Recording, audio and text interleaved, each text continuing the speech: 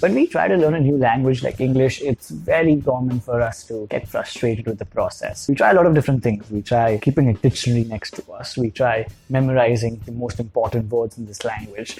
We try learning the correct grammar and vocabulary in the hope that we become fluent. And the biggest problem with this approach, despite so many people going for coaching lessons and giving these exams like IELTS and TOEFL, it's because we still try to focus on a very traditional academic approach. When in reality, the best way to learn a language is to create some sort of a habit that is consistent with our efforts. So instead of attending a class for 1 hour every day for 2 to 3 months, or by hoping to learn English by looking at TV shows or reading books, a better way to do it is to, and stick with me here, become your own narrator. When I try to learn a new language, instead of relying on books and classes, I of course get the basics from these resources.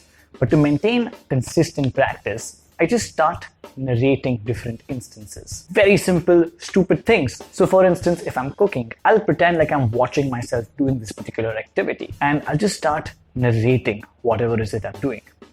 Okay, so I'm taking out the pan from the kitchen drawer. I'm filling the vessel with water. I'm cracking some eggs. And this applies to any situation. If I'm making the bed, if I'm exercising, or if I'm shooting a video, I just start narrating things in that language. This does not take up any extra time, so I don't need to set aside time to learn this language.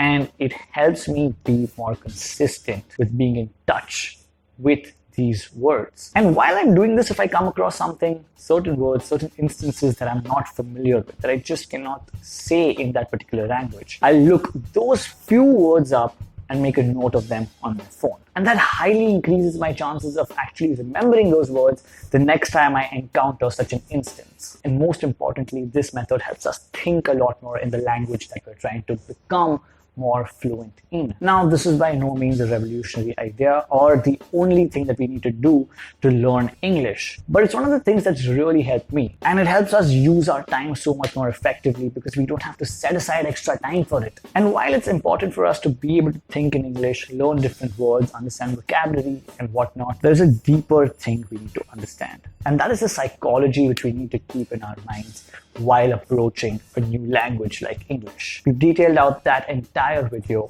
right here.